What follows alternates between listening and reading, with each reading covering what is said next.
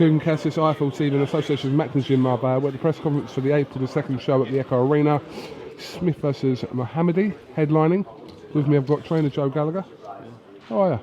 I'm alright, Happy New Year, KUGAN. Happy New Year. Happy New Year's, February. I've not seen you since last year, have I? Have you not? No. Lots happened since then. What, Ring Magazine? You want to talk about that? Fucking You want to talk about that? No. Come on. Listen, if you want to, mate. You want to talk about the Ring Magazine? Nah, listen, Great honour? Listen, it's still hard to believe. Yeah, it's just a great achievement. Listen, the magazine's out, I think it's this month, so I want to see it in print, and yeah, it's hard to believe. And to think you're the only UK born to win it, it's a fantastic achievement when you look at fantastic trainers we have at the moment and in the past. So yeah, it's fantastic. Don't get no better than that, does it, KUGAN? See, not everyone slags you off, Joe. Some people take note of your achievements. Yeah, but in America. In America. Yeah. What a huge fight this is. European title, but more importantly, final eliminator for the chance to face Badou Jack. Callum Smith's ready now. This is the right time for this fight. Yeah, definitely, it's over time. And if you look at, he's only been pro just over 3 years now. It was 3 years when he fought Rocker, and now to be fighting, like you say, a world title, final eliminator, WBC.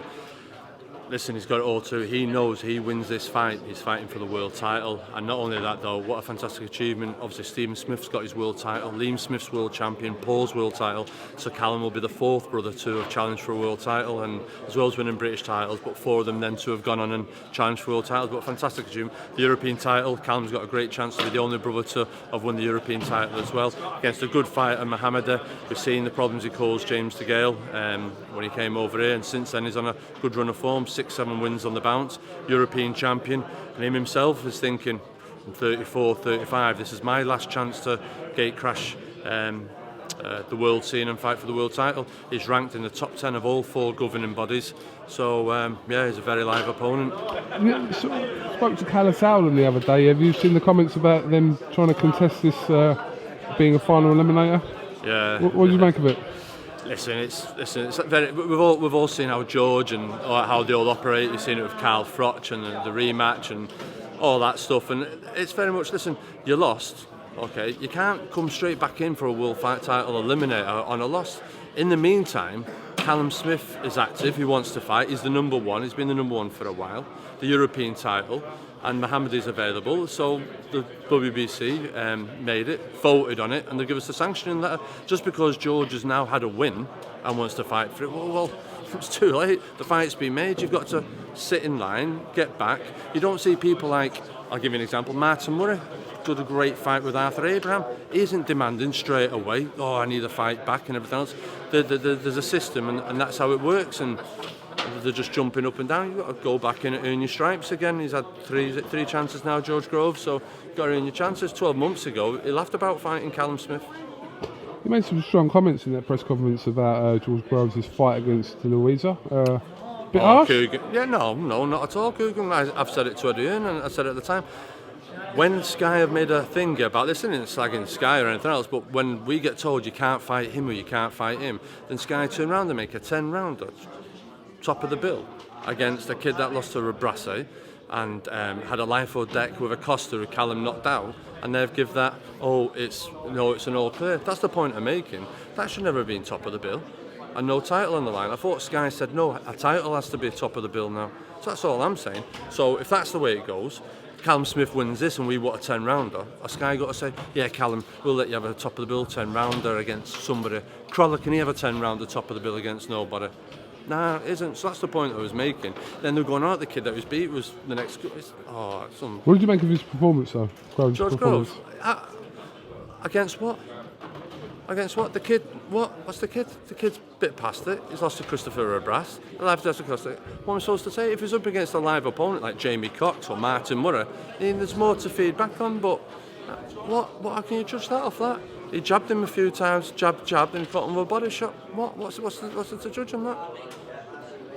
And it makes me that everyone's going brilliant this, brilliant that, brilliant that. There's other kids out there beating better opponents and getting half the praise. What? Because you can sell tickets and it's a draw. So that's what we're going on now then, right? Okay then. I know lots of kids that are on undercards up and down the country. Sean Dodd, if that's the case, Sean Dodd, massive ticket seller. Can he top the bill at the Echo Arena in a 10-rounder? well, hang on a minute, he's a ticket seller. So what are you going on about?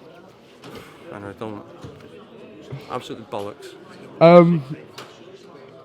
Callum Smith hopefully, like I said, becomes European champion, gets himself into this mandatory position.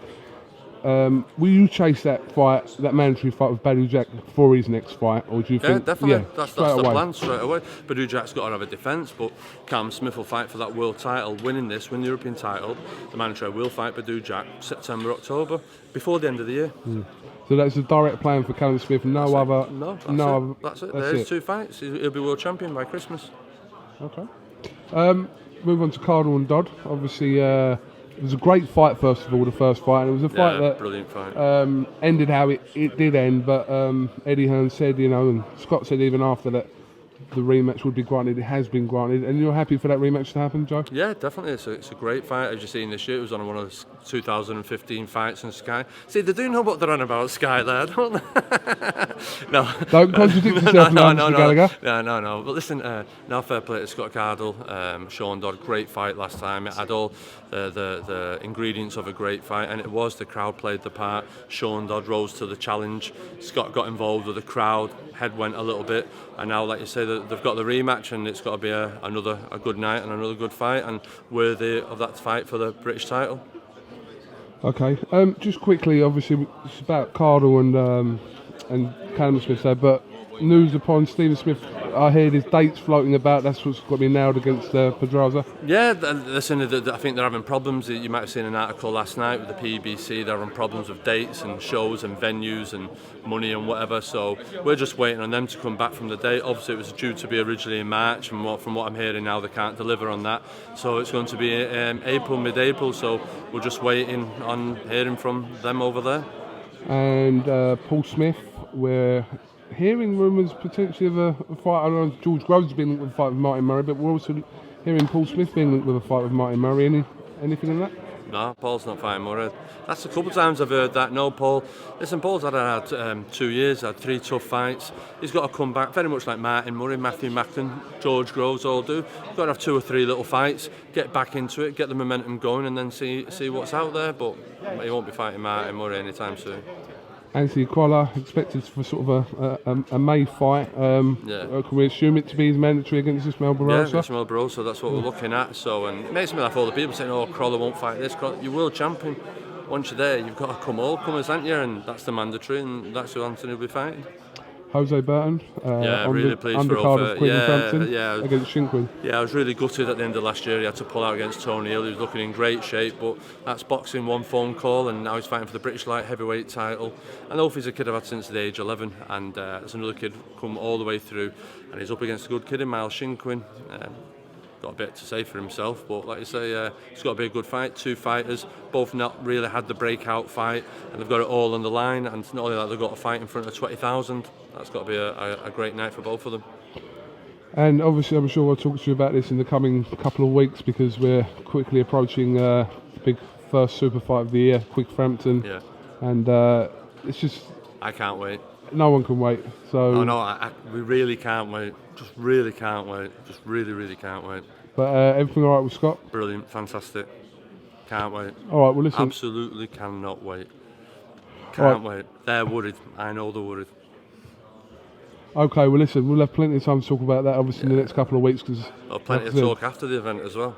All right, we'll see. Joe Gallagher, thank you very much for talking to Arthur TV, and we'll catch up with you soon. Yeah, cheers, thanks, Coop. Cheers, mate.